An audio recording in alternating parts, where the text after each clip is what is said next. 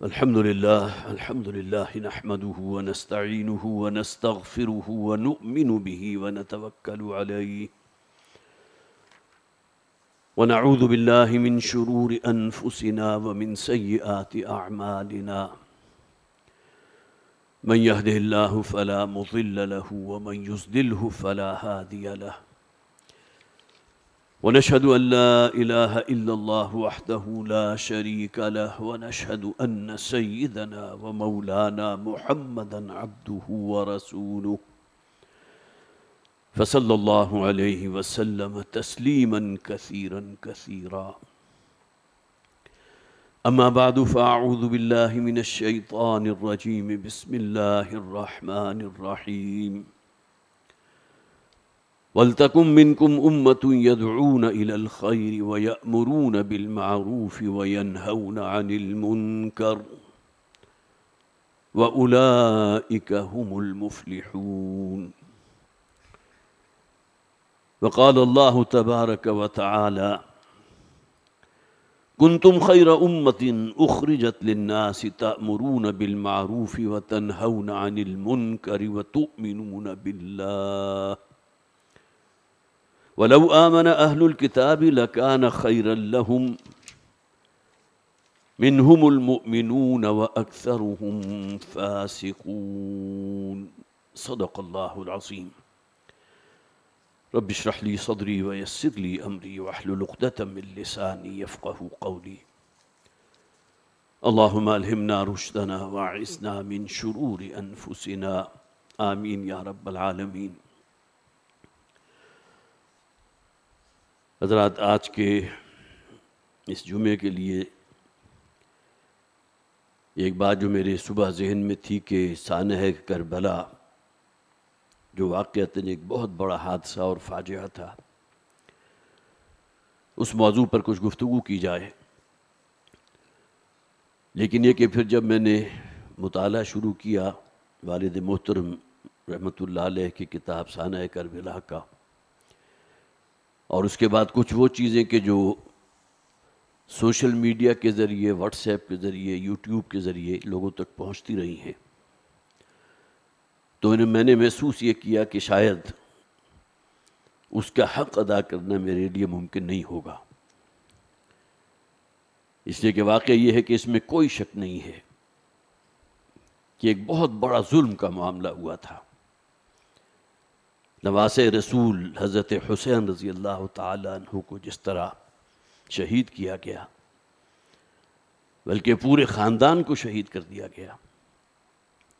لیکن پھر عرض کر رہا ہوں کہ واقعات میں جو ترتیب تھی اور اس کے حوالے سے جو معلومات میرے پاس تھیں، اس کو یکجا مرتب کر کے پیش کرنا میرے لیے تقریباً ناممکن تھا، اس لیے کہ بہرحال اس کے لیے ایک پوری تیاری اور پوری طرح پریپریشن جو ہے جب تک نہ ہو، اس نازک موضوع کے اوپر گفتگو کرنا بعض اوقات جو ہے اس کے کچھ الٹے نتائج بھی پیدا ہو جاتے ہیں۔ لہٰذا میں نے یہی طے کیا کہ آج ہماری چوتھی نشست ہے، اور سورہ آل عمران کی جن 3 آیات کا ہم یہاں تسلسل کے ساتھ مطالعہ کر رہے ہیں، جن میں سے 2 آیات الحمدللہ ہم نے پڑھ لی، سمجھ لی، ایک آیت وہ اور ایک آیت مزید اسی سورہ مبارکہ کی جو چند آیات کے بعد ہے۔ صرف ذہن میں تازہ کر لیجئے، یہ جو 3 پوائنٹ ایجنڈا اللہ تعالیٰ نے دیا مجھے اور آپ کو، یا ایھا الذین آمنوا، مخاطب آپ بھی ہیں اور میں بھی ہوں، اتقوا اللہ حق تقاتہ، تقوی اختیار کرو اللہ کا جتنا کہ تقوی اختیار کرنے کا حق ہے۔ تفصیل عرض نہیں کروں گا، میں بیان کر چکا ہوں۔ واقعہ یہ ہے کہ وہ مقام کہ جس کا مطالبہ یہاں کیا گیا، اس پر پورا اترنا شاید کسی انسان کے بس میں نہیں۔ حق تقاتی، اللہ کے تقوی کا حق ادا کرو۔ ہم تو مکلف ہیں اس اعتبار سے کہ جو ہمارا اپنا دائرہ کار تھا، دائرہ اختیار تھا، گھر کی 4 دیواری کے اندر ایک چھوٹی سی ریاست جو اللہ تعالیٰ نے آپ کو جس کا فرما رواں بنایا تھا، اس حد تک ہم نے کتنی کوشش کی اپنے آپ کو، اپنے اہل عیال کو اللہ کے دین، اللہ کی شریعت کے حدود میں رکھنے کی۔ سورہ تحریم مدنی سورت ہے، اس میں حکم کیا دیا گیا؟ یا ایھا الذین آمنوا قوا انفسکم واہلیکم نارا، اہل ایمان اپنے آپ کو اور اپنے اہل و عیال کو آگ سے بچانے کی فکر کرو، جہنم کی آگ۔ اور نبی اکرم صلی اللہ علیہ وسلم نے اس کام کی ابتدا آغاز اپنے گھر والوں سے کی تھی۔ متعدد خطبات ایسے ہیں جو سیرت کی کتابوں میں موجود ہیں، اپنی برادری کے لوگوں کو، اپنے گھر والوں کو، قریب ترین جو بلڈ ریلیشنز تھے ان کو جمع کیا، دعوت کا اہتمام کیا، اور اس کے بعد وہ پیغام جو اللہ نے حضور تک پہنچایا لوگوں تک پہنچانے کی کوشش کی۔ تو حق تقاتہ ہی اس اعتبار سے کہ جو ہمارا دائرہ کار ہے، جو ہمارے اندر ہمت اور استطاعت ہے، وَلَا تَمُوتُنَّ إِلَّا وَأَنْتُمْ مُسْلِمُونَ، صرف ترجمہ کر رہا ہوں، اور دیکھو تمہیں موت نہ آنے پائے مگر حالت اسلام پر، فرما برداری کی کیفیت رہنی چاہیے پوری زندگی میں، کسی لمحے بھی موت آ سکتی ہے، اور انسان اگر کسی گناہ یا کسی برائی کا ارتکاب کر رہا ہے اور عین اس لمحے جو ہے اس کی روح قبض کر لی جائے، تو گویا کہ اس کی موت جو ہے فرما برداری کی حالت میں نہیں ہوئی، نافرمانی کی حالت میں ہوئی ہے۔ تو اللہ کے حدود کو پامال کر رہا تھا، پاؤں تلے رود رہا تھا، کہ اس نے اپنی زندگی میں اپنی معاش اور معاشرت میں وہ چیزیں داخل کر دی تھی جو اللہ کے حکم، اللہ کے دین، اللہ کی شریعت کے خلاف ہیں۔ یہ فرما برداری نہیں ہے۔ وَاعْتَصِمُوا بِحَبْلِ اللَّهِ جَمِيعًا وَلَا تَفَرَّقُوا، چمٹ جاؤ اللہ کی رسی کے ساتھ۔ تفصیل سے میں عرض کر چکا، نبی اکرم صلی اللہ علیہ وسلم نے ایک موقع پر قرآن حکیم کی طرف اشارہ کر کے فرمایا تھا، هُوَ حَبْلُ اللَّهِ الْمَتِينَ، یہ ہے اللہ کی مضبوط رسی۔ نتیجہ کیا نکلے گا کہ باہمی تفرقہ، افتراق، اختلافات ختم ہو جائیں گے، اس لیے کہ سب سے مضبوط سہارا، سب سے مضبوط کنڈا تو اللہ کی کتاب ہے نا۔ وَمَن يَعْتَصِم بِاللَّهِ فَقَدْ هُدِيَ إِلَىٰ صِرَاطٍ مُسْتَقِيمٍ، جو شخص بھی اللہ کے ساتھ چمٹ گیا، اللہ کی کتاب کے ساتھ اپنے آپ کو مضبوطی سے قائم کر لیا، تو یہ وہ لوگ ہیں جن سے اللہ کا وعدہ ہے صراط مستقیم پر اللہ تعالیٰ انہیں گامزن فرما دے گا۔ اس کے بعد آیت کا اگلا حصہ کیا تھا، جس میں فرمایا گیا یاد کرو میرے اس احسان کو، اس انعام کو، جبکہ تمہارے مابین ایک دوسرے کے لیے شدید دشمنی تھی، فَأَلَّفَ بَيْنَ قُلُوبِكُمْ، اس دین کی برکت سے، اس قرآن کی برکت سے اللہ تعالیٰ نے تمہارے دلوں میں جوڑ پیدا کر دیا، محبت پیدا کر دی، الفت پیدا کر دی، فَأَصْبَحْتُمْ بِنِعْمَتِي إِخْوَانًا وَكُنْتُمْ عَلَى شَفَا حُفْرَةٍ مِّنَ النَّارِ فَأَنْقَذَكُم مِّنْهَا، اور دیکھو اے لوگو، تم تو آگ کے بالکل کنارے پر پہنچ چکے تھے، اللہ تعالیٰ نے مجھے بھیج کر تمہیں وہاں سے بچانے کا ایک سلسلہ شروع کیا ہے۔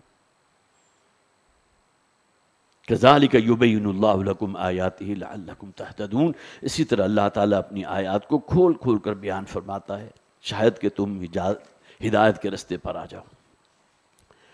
اگلی آیت ہے وَلْتَكُمْ مِنْكُمْ أُمَّةٌ يَدْعُونَ إِلَى الْخَيْرِ، جیسے کہ میں نے عرض کیا یہ موضوع ہے آج کا، اور اس سے متصلاً بعد کچھ آیات ہیں، ایک ہی آیت ہے، چند آیاتوں کے بعد وہ انشاءاللہ۔ اور دیکھو مسلمانوں، تمہارے مابین ایک گروہ، ایک طائفہ، ایک گروپ ایسا موجود رہنا چاہیے، یدعون الی الخیر، جو دعوت دینے والے ہوں خیر کی طرف۔ خیر کسے کہتے ہیں؟ قرآن حکیم میں خیر کا لفظ جو ہے مال و دولت کے لیے بھی استعمال ہوا۔ سورہ عادیات آپ میں سے بہت سے حضرات کو یاد ہوگی، اِنَّهُ لِحُبِّ الْخَيْرِ لَشَدِيدٌ، یہ انسان جو ہے نا روپے پیسے کی محبت میں بڑا پکا ہے، وہ تو اس کے رگ و پے میں سرایت کیے ہوئے۔ الخیر کا لفظ وہاں روپے پیسے کے لیے آیا، اور واقعتاً روپیہ پیسہ بھی بہت بڑی خیر کا ایک ذریعہ بن سکتا ہے اگر دین کے لیے استعمال کیا جائے، خدمت خلق کے جذبے کے تحت سرشار ہو کر اس کو استعمال کیا جائے، تو اس سے بڑا خیر کیا ہوگا۔ لیکن یہاں جس خیر کی طرف اشارہ کیا وہ کیا ہے؟ بھلائی کی طرف دعوت دینا، نیکی کی طرف بلانا، اور سب سے بڑھ کر بات یہ کہ اصل خیر قرآن حکیم ہے۔ فرمایا گیا کہ یا ایھا الناس قد جاءتکم موعظۃ من ربکم وشفاء لما فی الصدور، اے لوگو تمہارے پاس تمہارے رب کی طرف سے موعظت آ چکی ہے۔ الموعظہ قرآن حکیم ہے، اور یہی قرآن ہے جو تمہارے دلوں کی صفائی کرے گا۔ جو باطنی نجاستیں ہیں ان کو دور کرنے کا بھی سب سے بڑا جو آپ کے پاس ہتھیار ہے وہ قرآن ہے۔ اس کے بعد ہدن، ہدایت ہے، رہنمائی ہے، تمہیں زندگی کیسے بسر کرنی ہے، کیا ڈوز ہیں، کیا ڈونٹس ہیں۔ اور اس کے بعد کیا فرمایا گیا؟ ہوا خیر مما یجمعون، یہ قرآن جو اللہ تعالیٰ نے تمہیں عطا فرمایا ہے یہ کہیں بہتر ہے ان چیزوں سے جو دنیاوی ساز و سامان تم جمع کرتے ہو۔ گویا کہ یہاں تو قرآن کو خیر کہا گیا، یدعون الی الخیر، وہ لوگ جو خیر کی طرف بلانے والے ہوں، قرآن کی طرف دعوت دینے والے ہوں۔ سورہ حامیم سجدہ کے مرکز میں ایک آیت موجود ہے، وَمَنْ أَحْسَنُ قَوْلًا مِّمَّنْ دَعَا إِلَى اللَّهِ وَعَمِلَ صَالِحًا وَقَالَ إِنَّنِي مِنَ الْمُسْلِمِينَ۔ وہاں بھی دعوت کا لفظ ہے۔ تم میں کون ہے کہ جس کی بات اس شخص سے بڑھ کر بہتر ہوگی؟ وہ شخص کے جو لوگوں کو اللہ کی طرف بلانے والا ہو، قرآن کی دعوت دینے والا ہو۔ پھر نبی اکرم صلی اللہ علیہ وسلم کی وہ حدیث تو بارہا آپ کے سامنے آئی، یقیناً آپ کو شاید اب تک یاد بھی ہو چکی ہو۔ حضرت عثمان رضی اللہ تعالیٰ عنہ اس کے راوی ہیں، بخاری میں یہ حدیث موجود ہے، خیرکم من تعلم القرآن وعلمہ۔ وہاں بھی لفظ خیر آیا، تمہیں بہترین لوگ وہ ہیں جو قرآن کا علم حاصل کرتے ہیں اور اس کی تعلیم دوسرے لوگوں کو دیتے ہیں۔ تو وَلْتَكُمْ مِنْكُمْ أُمَّةٌ يَدْعُونَ إِلَى الْخَيْرِ، اور دیکھو تمہارے درمیان ایک جماعت رہنی چاہیے جو لوگوں کو خیر کی طرف دعوت دینے والی ہو، ہدایت کی طرف بلانے والی ہو، قرآن کی دعوت دینے والی ہو۔ وَيَأْمُرُونَ بِالْمَعْرُوفِ وَيَنْهَوْنَ عَنِ الْمُنْكَرِ۔ اب یہ دو اصطلاحات قرآن حکیم میں بہت سے مقامات پر لازم و ملزوم کی حیثیت سے آئیں۔ امر بالمعروف نہیں عن المنکر، یہ تو گویا کہ وہ شے ہے جس طرح گاڑی کے دو پہیے ہوں تو وہ تو جب تک دونوں پہیے روان نہیں ہوں گے گاڑی آگے نہیں بڑھے گی۔ ایک پہیہ جام ہو جائے تو گاڑی وہیں جو ہے گھومتی رہے گی۔ تو یہ دونوں چیزیں جو ہیں، امر اور نہیں، امر بالمعروف نہیں عن المنکر۔ یہاں بھی نوٹ کیجئے کہ ہمارے دین کا جو مزاج ہے اس میں امر کی شے کو کہتے ہیں جس کا حکم دیا جائے، اور نہیں اسے کہیں گے جس سے روک دیا جائے، جس سے منع کیا جائے۔ امر کے اندر اس درجے وجوب نہیں ہوتا جتنا نہیں میں وجود ہوتا ہے۔ آپ کسی شخص سے یہ کہتے ہیں یہ کام کرو، اگر اس نے نہیں کیا تو ممکن ہے آپ اس پر ناراض ہوں، اس سے ہوں، ممکن ہے وہ اپنے آپ کو جسٹیفائی کر دے، کلیئر کر دے کہ یہ معاملہ اس طرح ہوا تھا جس وجہ سے میں یہ کام نہیں کر سکا۔ لیکن اگر آپ کسی سے یہ کہیں گے نہیں یہ کام تم نے نہیں کرنا، اب یہاں بات گویا کہ اس درجے سے بہت آگے بڑھ گئی۔ ایک حکم ہے، ایک نہیں ہے۔ نہیں کے اندر زیادہ تاکید ہے، زیادہ شدت ہے، جن چیزوں سے روک دیا جائے۔ اس کی بڑی خوبصورت تعبیر میں اگر آپ کے سامنے رکھوں کہ نبی اکرم صلی اللہ علیہ وسلم کی ایک حدیث ہے کہ جب بھی تم میں سے کوئی شخص مسجد میں داخل ہو تو اسے چاہیے کہ 2 رکعت تحیت المسجد ادا کر لے۔ اگر وقت ہے، فرض کیجئے کہ ایسے وقت میں داخل ہو رہا ہے جبکہ نماز بالکل تیار کھڑی ہوئی ہے، ظاہر ہے اس کا امکان نہیں، لیکن ایک ہدایت ہے، ایک حکم ہے۔ یہ نہیں کہ کوئی شخص نہیں کرتا تو وہ گناہ گار ہوگا۔ تو ایک حدیث میں یہ حکم حضور کا سامنے آ گیا، جب بھی تم میں سے کوئی شخص مسجد میں داخل ہو تو مسجد کا یہ حق ہے 2 رکعت ادا کر لے۔ اس کی بڑی فضیلت ہے، اور نبی اکرم صلی اللہ علیہ وسلم کا بھی یہ معمول تھا۔ آپ کبھی حج اور عمرے پر گئے ہوں تو کسی مسجد میں اگر آپ وقت سے ذرا پہلے پہنچ جائیں تو جو شخص بھی داخل ہوگا وہ بیٹھنے سے پہلے قبل ان یجلس، الفاظ یہ ہیں، اس سے پہلے کہ وہ مسجد کے فرش پر بیٹھے 2 رکعت ادا کر لیں۔ تو یہاں ایک درجے میں حکم ہے، لیکن جیسا کہ میں نے عرض کیا ایک استحباب کے درجے کا حکم ہے۔ اگر کوئی شخص یہ نہیں کرتا تو وہ گناہ گار نہیں ہے۔ دوسری طرف حدیث ہے، ایک اور ہمارے سامنے ہے کہ نماز عصر ادا کرنے کے بعد سے لے کر غروب آفتاب تک کوئی نماز یا سجدہ نہیں کیا جا سکتا۔ مت نماز پڑھو، مت سجدہ کرو، اس دورانیے میں یہاں نہیں آ گئی۔ اب ایک طرف حکم کیا تھا کہ جب مسجد میں داخل ہو تو 2 رکعت ادا کر کے بیٹھو، دوسری طرف نہیں کیا ہو گئی، اگر وقت یہ ہے تو منع کر دیا گیا۔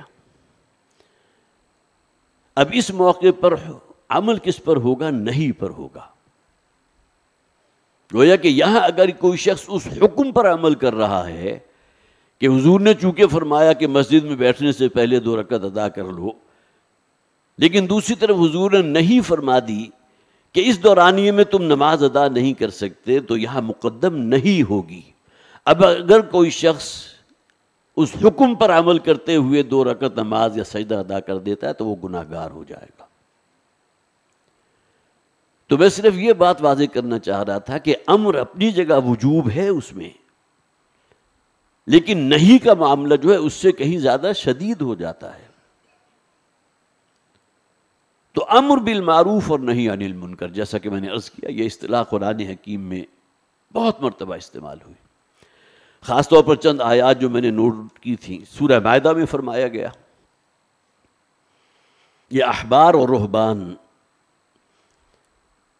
عیسائیوں کے ہاں جو بھی ان کے مذہبی پیشوا ہوتے تھے، یہودیوں کے ہاں جو بھی ان کے علماء ہوتے تھے، جو احبار اور رہبان کہلاتے ہیں، راہب اور احبار جو حبر کی جمع ہے، حبر کہتے ہیں سیاہی کو، وہ لوگ کہ جو پڑھنے لکھنے کا کام کرنے والے علماء۔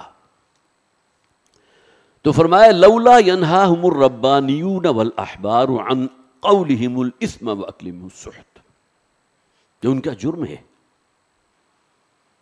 کیوں نہیں ایسا ہوا کہ ان یہودیوں اور عیسائیوں کے جو علماء تھے، جو ان کے مذہبی پیشوا تھے،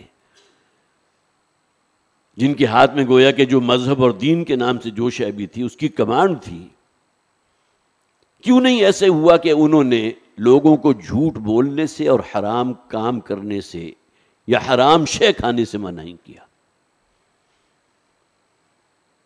معلوم ہوا کہ اللہ تعالیٰ کی طرف سے جو ضربت علیہم الذلۃ والمسکنۃ وباءوا بغضب من اللہ، اس کا اگر آپ کھورا دیکھیں گے تو وہ کیا تھا کہ ان کو علماء جو ہیں انہوں نے روکا نہیں اپنی قوم کے لوگوں کو۔ لولا ینہاہم الربانیون والاحبار عن قولہم الاثم واکلہم السحت، سورہ مائدہ آیت نمبر 63۔ اسی طرح فرمایا گیا سورہ مائدہ کی آیت نمبر 79 میں، ان یہودیوں اور نصارہ کا جرم کیا تھا؟ کانوا لا یتناہون عن منکر فعلوہ بئس ما کانوا یفعلون، برائی سے روکتے نہیں تھے،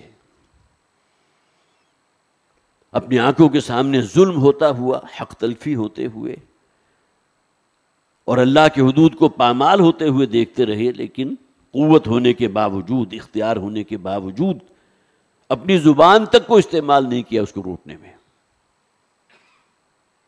کانوا لا یتناہون عن منکر، وہی نہی عن المنکر آ گیا نا یہاں۔ اور پہلی آیت جو میں نے آپ کو سنائی تھی، لولا ینہاہم الربانیون، کیوں نہیں روکا، کیوں نہیں منع کیا ان کو؟ اسی طرح سورہ اعراف کے اندر اصحاب السبت کا ذکر موجود ہے۔ یہ بھی بنی اسرائیل کا ایک قبیلہ تھے، سمندر کے کنارے آباد تھے، انہوں نے بھی اللہ کے حدود کو پامال کیا۔ اب وقت نہیں ہے کہ اسی میں تفصیل آپ کے سامنے بیان کر سکوں، لیکن یہ کہ کچھ لوگ وہ تھے کہ جو اس گناہ کے عمل میں خود شریک ہوئے، وہ تو گویا کہ سب سے بڑے مجرم ہو گئے نا۔ کچھ لوگ وہ تھے کہ جنہوں نے انہیں روکا، منع کیا، اللہ کا حکم یہ ہے تم حدود اللہ کو پامال کر رہے ہو، یوم السبت جو ہے اس کی حرمت کو پامال کر رہے ہو، روکنے والے، منع کرنے والے۔ اور تیسرا گروپ ان لوگوں کا تھا جو خاموش تماشائی تھے، جیسا کہ ہم میں سے اکثریت لوگوں کی ہے، خود تو اس جرم میں، اس معصیت میں شریک نہیں ہیں، لیکن روک بھی نہیں رہے، منع بھی نہیں کر رہے۔ حد یہ ہے کہ منکر ان کے اپنے گھروں میں داخل ہو چکا، لیکن ہمت نہیں ہے کہ زبان بھی کھول سکیں۔ جب بچے چھوٹے تھے اس وقت تو ان کی دینی تربیت کا کوئی خیال نہیں رکھا، اب جب بڑے ہو گئے تو اب ظاہر ہے اب تو ذرا انہیں ٹوکا اور سرزنش کی تو باغی بن جائیں گے، آپ کے سامنے سینہ جو ہے تان کر کھڑے ہو جائیں گے۔ تو قرآن حکیم یہ کہتا ہے فَلَمَّا نَسُوا مَا ذُكِّرُوا بِهِ، جس بات کا انہیں حکم دیا گیا تھا، جس کی تلقین کی گئی تھی، جب انہوں نے اس کو بھلا دیا، انجینا الذین ینہون عن السوء، تو جو عذاب آیا ان لوگوں کے اوپر، اس بستی کے اوپر، تو قرآن کہتا ہے اس میں سے صرف وہی لوگ بچائے گئے جو نہی عن المنکر کر رہے تھے۔ بہت اہم بات ہے، گویا کہ عظیم اکثریت جو خاموش تماشائی تھی، جو خود تو اس گناہ میں ملوث نہیں تھے لیکن روکنے والا فریضہ بھی انجام نہیں دے رہے تھے، وہ بھی اللہ تعالیٰ کے عذاب کے اندر وہ بھی شامل کیے گئے۔ انجینا الذین ینہون عن السوء واخذنا الذین ظلموا بعذاب بئیس بما کانوا یصنعون۔ اور پھر یہ کہ جو لوگ بقیہ تھے ان لوگوں کے سوا کے جنہوں نے روکنے والا عمل کیا تھا، اس نہی عن المنکر کے فریضے کو ادا کیا تھا، بقیہ تمام کے بارے میں پھر اللہ کا حکم کیا ہوا؟ کونوا لہم قردۃ خاسئین۔ اور یہی وہ اصحاب السبت کی بستی ہے جس کے بارے میں اللہ کا وہ قانون پورا ہوا کہ ان سب کے چہرے مس کر کے برندروں کے سے چہرے بنا دیے گئے، قرآن میں ذکر موجود۔ تو معلوم ہوا یہ نہی عن المنکر، ہمارے ہاں عام طور پر جو ترجیح دی جاتی ہے وہ صرف اس بات کو کہ نیکی کی بات کرو، موعظت کی بات کرو، خیر کی بات کرو، تلقین کرو، ترغیب دو، نصیحت کرو، یہ تمام چیزیں امر بالمعروف کا جز ہے۔ لیکن یہ نہی عن المنکر جو ہے یہ تو لوگوں کے اور تمہارے درمیان اختلاف پیدا ہو جائے گا، مخالفت ہو جائے گی، اور ممکن ہے دشمنی پیدا ہو جائے۔ کسی کو کسی منکر سے روک کر تو دیکھیے، سگے بھائی کے ساتھ اگر آپ یہ عمل کریں گے تو وہ بھی آپ کا دشمن بن جائے گا، اس لیے کہ اس میں معاملہ بڑا نازک ہے۔ آپ صرف وعظ و نصیحت کرتے رہیں، درس قرآن ہے، وعظ ہے، تبلیغ ہے، دعوت ہے، نیکیوں کی ترغیب ہے، لوگ آپ کے لیے ریڈ کارپٹ بھی بچھائیں گے، آپ کو تقریبات میں مدعو کریں گے، آپ کے گلے میں ہار ڈالیں گے، بہترین جو ہے آپ کے لیے کھانے کا بندوبست بھی کریں گے، اور نذرانے بھی شاید پیش کر دیے جائیں۔ لیکن جب معاملہ نہی عن المنکر کا ہوگا تو اب یہ وہ شے ہے کہ جس کے اوپر پھر مخالفت ہوگی۔ لوگوں کو ٹھنڈے پیٹوں یہ بات ہضم ہونے والی نہیں ہے۔ چھوٹا سا حق بھی اگر آپ کسی کو ذرا اس کو توجہ دلا دیں کہ بھائی اب باپ کا انتقال ہوا، وراثت ہے، اور دیکھا جا رہا ہے کہ بھائی جو ہے بہنوں کو وراثت کا حصہ نہیں دے رہے، آپ کہہ کے تو دیکھیے، معلوم ہو جائے گا کہ اس بھاؤ ویکتی ہے۔ یہی وجہ ہے، نوٹ کیجئے سورۃ العصر جو ہمارا بڑا بنیادی درس ہے، اس میں تواسب الحق کے ساتھ تواسب الصبر کو بالکل جوڑ دیا گیا۔ اگر حق بات کہو گے، حق پر ڈٹے رہو گے، لوگوں کو غلط کاموں سے روکو گے، تو نتیجہ کیا ہوگا؟ مخالفتیں ہوں گی۔ لہذا وَتَوَاصَوْا بِالصَّبْرِ، پہلے سے وارن کر دیا گیا کہ اب تمہیں صبر سے کام لینا ہے، جھیلنا ہے، برداشت کرنا ہے، اس لیے کہ یہ کام جیسا کہ میں نے عرض کیا وہ آسان کام نہیں ہے۔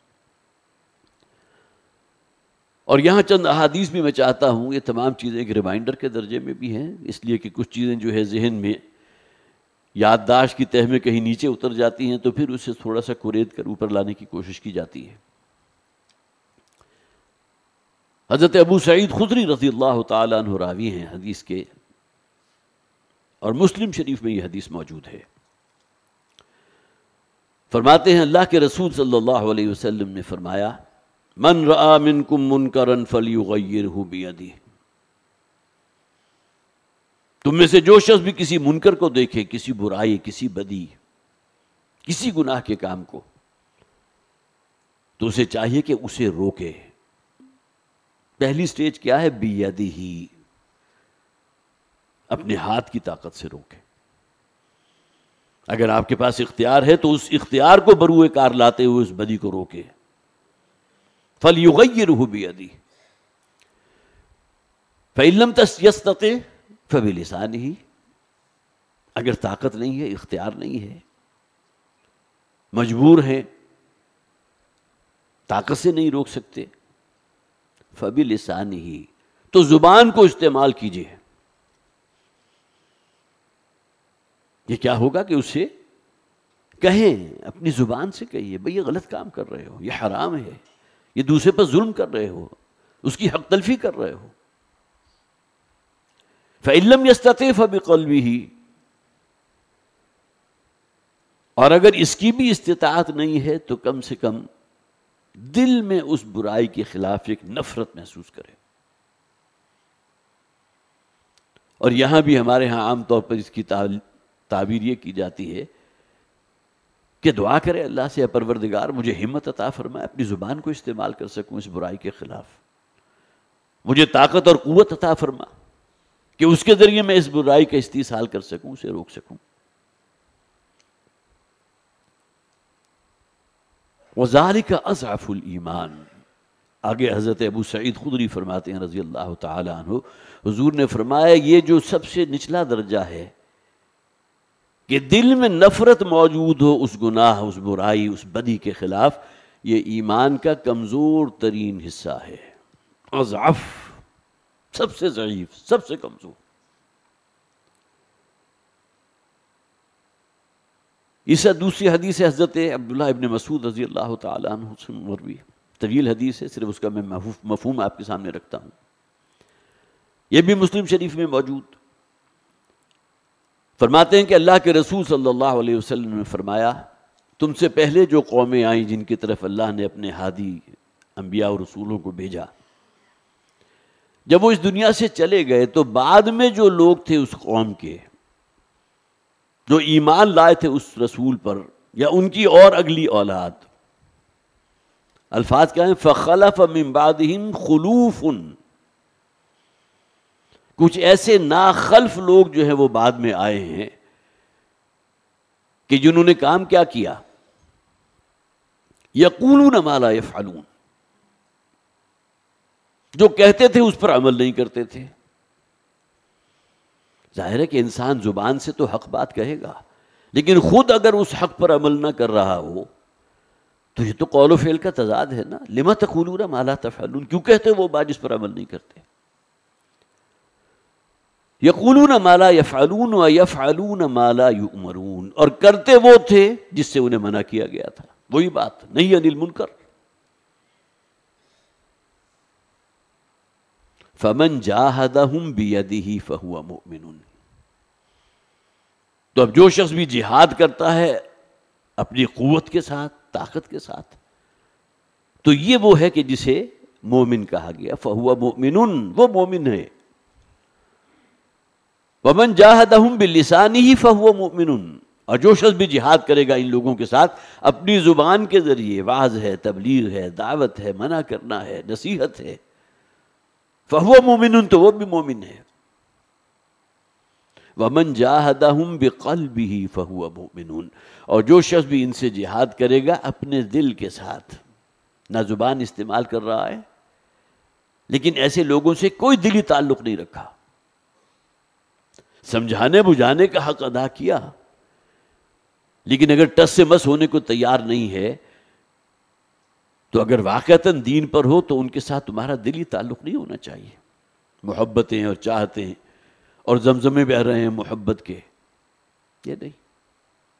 ومن جاہدہم بقلبہ فہو مؤمن. معلوم ہونا چاہیے کہ وہ الگ لوگ ہیں، ہم الگ ہیں.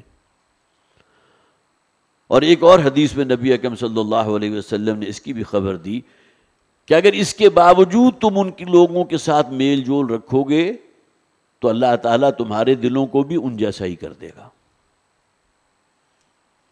یہ فرمان ہے محمد رسول اللہ صلی اللہ علیہ وسلم کا. ان کی صحبت میں رہے، ان کے ساتھ آشنائیاں بھی ہیں، ان کے ساتھ دلی تعلقات بھی ہیں. معلوم ہونا چاہیے، ورنہ کیسے پتہ چلے گا حق اور باطل کے درمیان کیا ایک حد فاصل ہے. وَمَنْ جَاهَدَهُمْ بِقَلْبِهِ فَهُوَ مُؤْمِنٌ فَمَا وَرَاءَ ذَلِكَ حَبَّةُ خَرْدَلٍ مِّنَ الْإِيمَانِ. اور جس شخص نے اس کا بھی اہتمام نہیں کیا کہ اس کے دل میں ان لوگوں کے لیے ٹھیک ہے وہ جذبہ ہونا چاہیے، خیر خواہی کا جذبہ ہونا چاہیے، آخری حد تک انہیں نیکی کی طرف تلقین کرنا، رغبت دینا، یہ کام کرتے رہنا چاہیے. لیکن اگر یہ بھی نہیں ہے تو حضور فرماتے ہیں تو ایسے شخص کے دل میں ایمان رائی کے دانے کے برابر بھی موجود نہیں. تو یہ جو تیسری آیت ہے گویا کہ وہ 3 پوائنٹ ایجنڈا کا جو آخری پوائنٹ تھا، وَلْتَكُن مِّنْكُمْ أُمَّةٌ يَدْعُونَ إِلَى الْخَيْرِ وَيَأْمُرُونَ بِالْمَعْرُوفِ وَيَنْهَوْنَ عَنِ الْمُنْكَرِ. امر بالمعروف اور نہی عن المنکر. وَأُولَٰئِكَ هُمُ الْمُفْلِحُونَ. اور یہی وہ لوگ ہیں کہ جو اللہ کے ہاں فلاح سے ہمکنار ہوں گے. چند آیات چھوڑ کر ایک آیت جو میں نے شروع میں پڑھی تھی اس کا صرف ترجمہ کر رہا ہوں، وقت ہمارا ختم ہو گیا. کنتم خیر امت اخرجت للناس. اے مسلمانوں تم ہو بہترین امت، جسے امت وسط بھی کہا گیا، درمیانی مرکزی امت. اخرجت للناس جنہیں لوگوں کے لیے نکالا گیا. یہاں بھی نوٹ کیجئے، ہر شخص کا جو جسے آپ کہیے مقصود اور مطلوب کیا ہے، اپنی نجات کا بندوبست کرے. قوا انفسکم واہلیکم نارا. لیکن اپنے آپ کو جہنم کی عذاب سے بچانے کے لیے بھی لازم کیا ہے؟ امر بالمعروف اور نہی عن المنکر کرو. احادیث میں نے آپ کے سامنے رکھ دی. اخرجت للناس تأمرون بالمعروف وتنہون عن المنکر. اور تم ہی وہ امت ہو کہ جو نیکیوں کا حکم دینے والے ہو اور بدی کا استحصال کرنے والے، اس کو روک دینے والے. وتؤمنون باللہ. اور ظاہر ہے کوئی شخص یہ کام کرے گا کس بنیاد پر کرے گا؟ دل میں ایمان اور تقوی موجود ہوگا تو یہ کام کرے گا نا. اس حال میں کہ تمہارے اندر ایمان ہے، مانتے ہو اللہ کو، اور وہ یقین والا ایمان اگر اس کی دولت حاصل نہیں بھی ہے کم سے کم پیاس تو موجود ہے اس کی. اب یہ 2 آیات جو ہیں گویا کہ اس اعتبار سے انہی میں شامل ہو گئیں جس کے بارے میں نے ذکر کیا تھا. قرآن حکیم میں کتنی ہی جگہوں پر امر بالمعروف اور نہی عن المنکر کو دونوں کو بالکل پیرلل لایا گیا. جتنا اہم امر بالمعروف ہے اس سے بڑھ کر اہم ہے نہی عن المنکر. اللہ تعالی ہمارے لیے ہمارے دل کو ان باتوں کو قبول کرنے کے لیے کھول دے اور واقعتاً ہمیں وہ ہمت اور کرج عطا فرما. اس لیے کہ یہ باتیں وہ ہیں جس سے آپ کو بھی سابقہ پیش آتا ہے، مجھے بھی آتا ہے. کہیں آپ چلے گئے، کسی دعوت ہے، کوئی ولیمہ ہے، کوئی بڑا فنکشن ہے، اور وہاں آپ کی نگاہوں کے سامنے جو بے حیائی ہو رہی ہے تو ایمان کا تقاضا نہیں ہے کہ آپ وہاں بیٹھے رہیں. آپ انہیں منع کر سکتے ہیں، روک سکتے ہیں، ٹھیک ہے طاقت آپ کے پاس نہیں ہے، دنگا فساد آپ نہیں کر سکتے، لیکن یہ کہ اسی محفل میں اسی طرح شریک ہو جانا جیسا کہ بقیہ لوگ شریک تھے، تو وہ حدیث میں نے آپ کو سنا دی. یہ سلو پوائزننگ ہوتی ہے، آہستہ آہستہ انسان کا اپنا دل بھی اسی طرح سخت سے سختر ہوتا چلا جاتا ہے جیسا کہ وہ لوگ تھے کہ جو ان سے کہیں آگے تھے سختی میں. اللہ تعالی ہمیں اس انجام سے بچائے. بارک اللہ لی ولکم فی القرآن العظیم ونفعنی وإیاکم بالآیات والذکر الحکیم. اس ہفتے کی اصل میں 2 پریس ریلیز ہیں. ایک کا تعلق جو ہے وہ تو وہی جو واقعہ ہوا تھا جس میں قرآن کریم کے نسخے کو جلایا گیا تھا، اور یہ بدترین قسم کی اسلاموفوبک جو ہے وہ ایک ان کی طرف سے جسارت کی گئی تھی جس کی بڑی شدید ظاہر ہے کہ تمام جتنے بھی ہمارے ہیں مختلف طبقات ہیں ان کی طرف سے بڑی شدید مذمت کی گئی۔ اسی ضمن میں ایک پریس ریلیز تھی 25 تاریخ کی، اور 28 تاریخ والی جو ہے وہ سانحہ کربلا سے متعلق ہے۔ آغاز میں اس کے بارے میں چند باتیں میں نے آپ کے سامنے رکھی تھیں، اب وہ پڑھ کر میں آپ کو سنا دیتا ہوں پریس ریلیز۔ سانحہ کربلا اسلامی تاریخ کا ایک انتہائی اندوہناک واقعہ ہے۔ یہ بات تنظیم اسلامی کے امیر شجاع الدین شیخ صاحب نے ایک بیان میں کہی۔ انہوں نے کہا کہ اسلام کے سیاسی نظام میں ایک دراڑ آنے پر نواسہ رسول صلی اللہ علیہ وسلم ورضی اللہ تعالی عنہ نے اپنی اور اپنے خاندان کی جان تک قربان کر دی۔ ان کی دینی غیرت و حمیت نے نظام خلافت کا ملوکیت میں تبدیل ہونا برداشت نہیں کیا۔ یہ ظاہر ہے کہ جو حضرات بھی واقف ہیں کہ جو اس کی اصل کازز تھے وہ کیا بنے تھے، کیوں حضرت حسین رضی اللہ تعالیٰ عنہ اس کے لیے کھڑے ہوئے تھے، اور پھر یہ کہ بہرحال اسی میں انہوں نے جس بات کو انہوں نے حق سمجھا ہے اس کے لیے اپنی جان کا نذرانہ بھی پیش کیا۔ مسلمانوں کی موجودہ ذلت و رسوائی کا باعث بھی یہی ہے کہ قرآن و سنت کے طے شدہ نظام یعنی نظام خلافت کو ترک کر کے مغرب سے درآمد شدہ نظام کو عالم اسلام پر نافذ کر دیا جائے۔ آج اسلام کے نام پر بننے والے ملک پاکستان میں اسلامی نظام کی سیاسی، سماجی اور معاشی بنیادیں ڈھیر کر دی گئی ہیں، لیکن مسلمان ٹس سے مس ہونے کو تیار نہیں۔ ہمیں باطل کے خلاف اسی طرح ڈٹ جانا ہوگا اور فریضہ شہادت حق ادا کرنا ہوگا جیسا کہ نواسہ رسول حضرت حسین رضی اللہ تعالیٰ عنہ نے ادا کیا اور اللہ کے رستے میں شہید کر دیے گئے۔